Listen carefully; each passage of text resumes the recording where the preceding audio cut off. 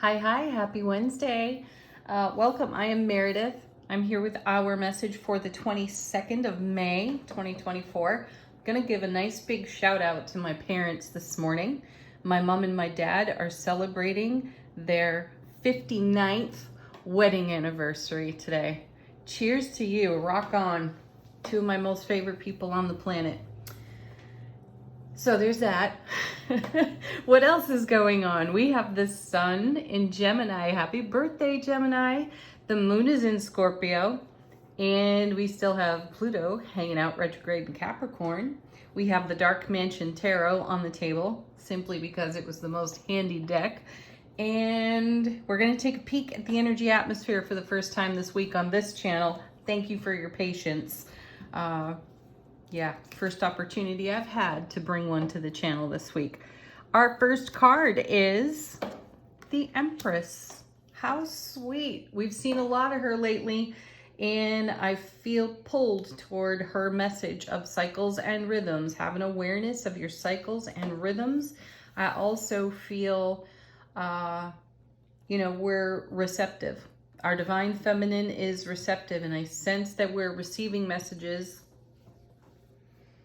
connected to our divine feminine masculine harmonious balance going on here. So stay awake, aware, and alert for what's coming to you through the energy atmosphere. Let's see what's next. Well, look at that. There is the Nine of Pentacles. That's like a double dose of the Empress going on there. Very cool. So I'm hearing from my guides, know yourself very well. This is a card of self-sovereignty, and this is a card of generosity as well. And it's the Nine of Coins. You know, that's the one card before the 10 of Coins. So something that's been in a cycle of development, a cycle of creation, is about to fulfill. It's going to come to completion. You know, we typically see the Empress quite heavily pregnant in tarot, and we don't really see it here as much in this deck, though. Her message remains the same. We are about to receive something that's long been in a cycle of fulfillment. Let's see what comes next. We had two cards fall out in this position. So we have the Three of Cups. So there's celebration for this. This is something to be excited about. And the Three of Cups, because it is such a celebration of life card, further confirms what I'm sensing here of being receptive to what's coming our way. What's paired with this card? The Eight of Cups. So we're coming back to eclipse energy. The Eight of Cups is, you know, there's typically an eclipse on the card as well. You see it, you know, in the sky here in most tarot decks. So I feel that whenever it shows up, we've got momentum because it's an 8. And when you study tarot, you know you're coming out of the Seven of Cups. You've made a choice. That's the spoiled for choice card. And oftentimes there's a challenge to make a choice. So the advice there is to follow your heart. And I love when you have the Three of Cups tied into it, you're celebrating. You have followed your heart. You've chosen a direction. And now you're walking onto the Nine of Cups where things are what? Fulfilled. Dreams come true. So look at the flow here in the cards. So let's do a little numerology on this too. Let's subtract the 3 from the 8. You get the 5.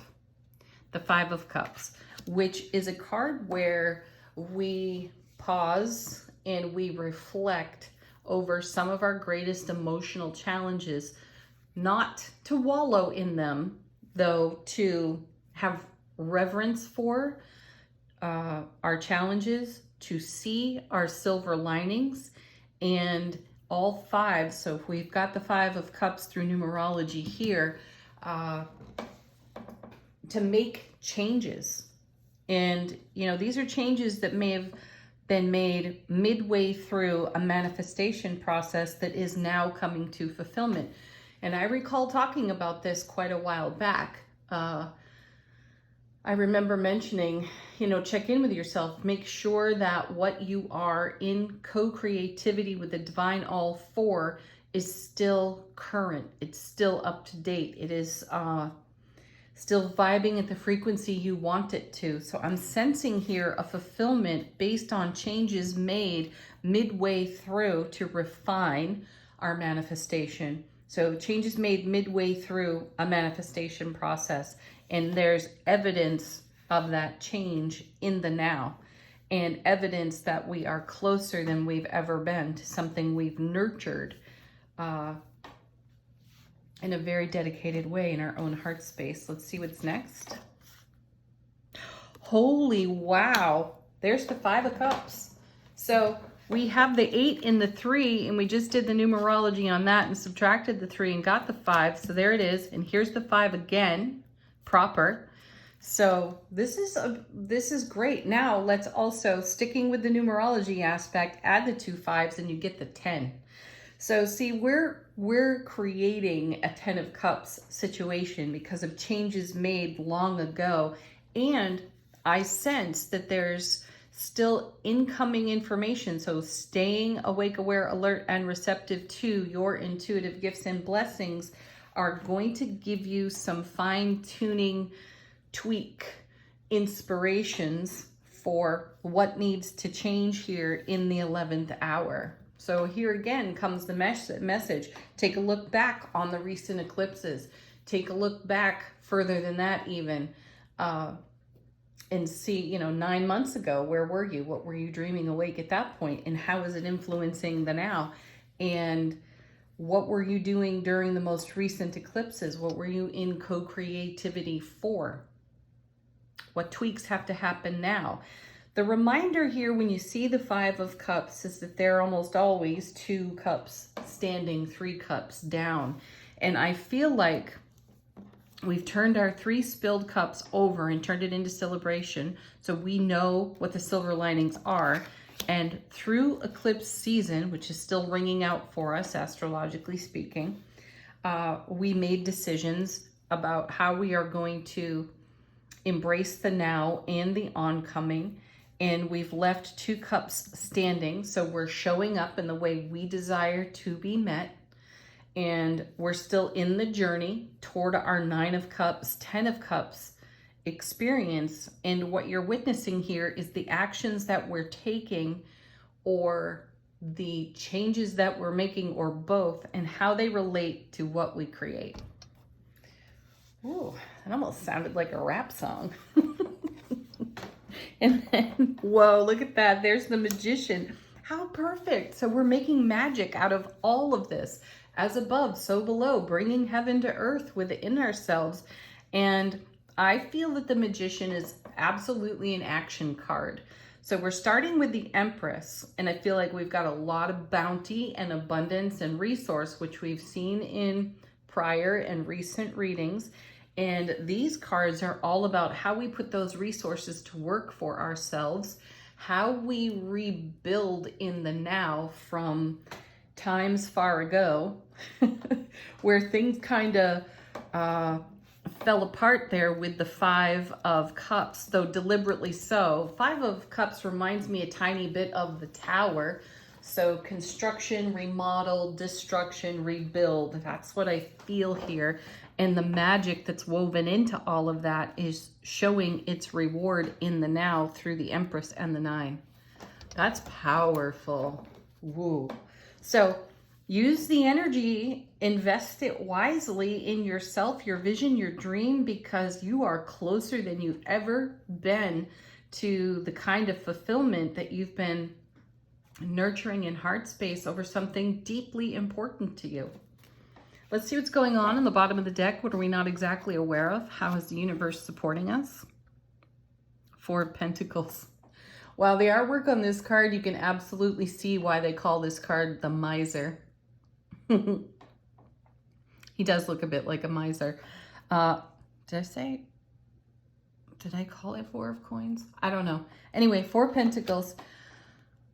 This is a card of having something of great value. It's a 4, so it's super stable, super strong foundation, and it's very grounded energy. And I feel a great connection to the Empress and the 9 of Coins over here, because with the 4 being super stable, having all the resource one could possibly need, it's knowing where and when to invest the resource. And the cards are letting us know that time is now. So invest your resources now, because everything has shifted, changed, been tweaked. And if there's any more tweaking to do in your vision and the magic that you're making, this is the moment. Take that opportunity, because it's going to create great celebration. Then we have the King of Swords. Excellent. This is a very exacting card with its energy. It's very precise and extremely decisive. So we're making choices that benefit our grand design. And in that comes a tiny bit of discomfort, which we're witnessing over here off this 5 of Cups. So allow the 5 of Cups energy to be a reminder of silver linings that have already shown up and how you've responded to those, and then woven them into the magical fabric of what you are in co-creativity for. And trust that your decision making is always going to be based quite succinctly on what has the greatest possible value for the now moment. Follow your heart. And then we have, look at that, the King of Pentacles. What a nice combo, because you got 2 really strong divine feminine energies at the beginning of the reading. Then we have 2 very strong divine masculine energies. So we're seeing great balance here. You got to love that. We know exactly how to invest in the now, so it benefits the oncoming. And the universe off the bottom of the deck is letting us know there's so much support of this. So go ahead, stabilize your foundation, and share what is of great value to you, or invest what is of great value to you, and allow it to pay reward onward. And then the 4 of Swords. So another 4, excellent. And it's rest and relaxation. This is a card about yielding to the grace of allowing. Let the universe bless you. Let things come to you. Know when to stop. Know when to pause, take a breath, and receive. This is what the Empress and the 9 of Coins is pointing out to us. Stay open and receptive. And then the Hermit. Excellent. A quest beckons. So there's something certainly showing itself out of our subconscious programming, hence the double dose of the 5 of Cups in the reading. So we've got 2 5s, 2 4s, 2 divine feminines, 2 divine masculines. 2 is a prominent number for us in the reading. We are encouraged toward celebration. We are encouraged toward looking at our spilled cups, turning them back over, making something brand new, magically so, out of that, with little hints and reminders from our own ego, subconscious. Thank you, Hermit, for shining your light into the subconscious so we can see whatever might be a potential obstruction for us. Usually it's us, so we got to get out of the way. How do we do that? We turn around, we take a look in the lantern light of the Hermit, and we go on the quest that we need to go on to make sure that we are trailblazing and making way for the magic that we're putting on our foundation. What a beautiful message. Keep going. All right, angel answers. If you have a question, put it to the deck while I shuffle. Let the cards be an answer for you. Questions, confirmations. That's interesting. You know, we've gone years without seeing the no card. In this past year, I think it's shown up at least 4, maybe 5 times. But here's the emphatic no, and I like that. That's exciting, because I feel like this receptivity in divine feminine energy and the actions we take in divine masculine energy produce an emphatic no to lingering wallowing even in Five of Cups energy. The Five of Cups energy is meant to inspire us. And while it might not be a lot of fun to take a look down memory lane at things that have been really difficult, the reward in doing that is to see the silver lining. And the emphatic no is for not repeating behaviors in situations and circumstances that put us at a deficit. This is all about how to make a spiritual investment in oneself. So the emphatic no comes also from the hermit who's holding the lantern saying, see, this is a potential obstruction in your path. Do you want to continue to revisit that blockage or obstruction? No, we don't want to. So that's a great card to have there. So what are you going to do about it?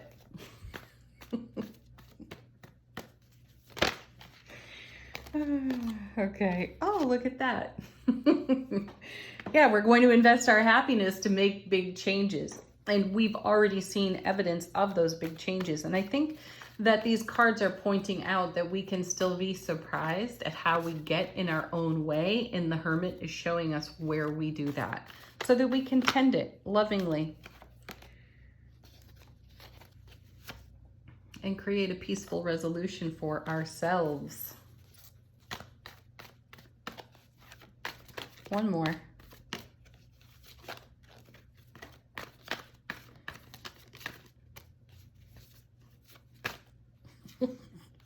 How sweet. Just so you can see this, let go is the card that was falling out the side. Yes, let go. That's what that 5 is showing us. Then we had perfect timing. No need to worry. Divine timing is always perfect timing. Our final word on the reading from Soul Power. How is our soulful presence informing our waking consciousness?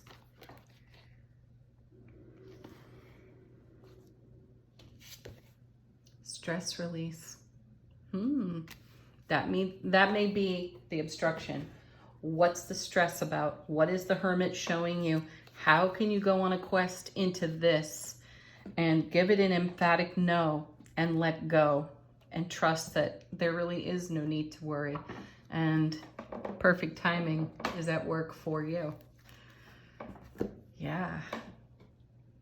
Yield to the grace of allowing. That's the way. All right, everyone. Have a beautiful Wednesday. Thank you as always for joining me. Peace. Namaste.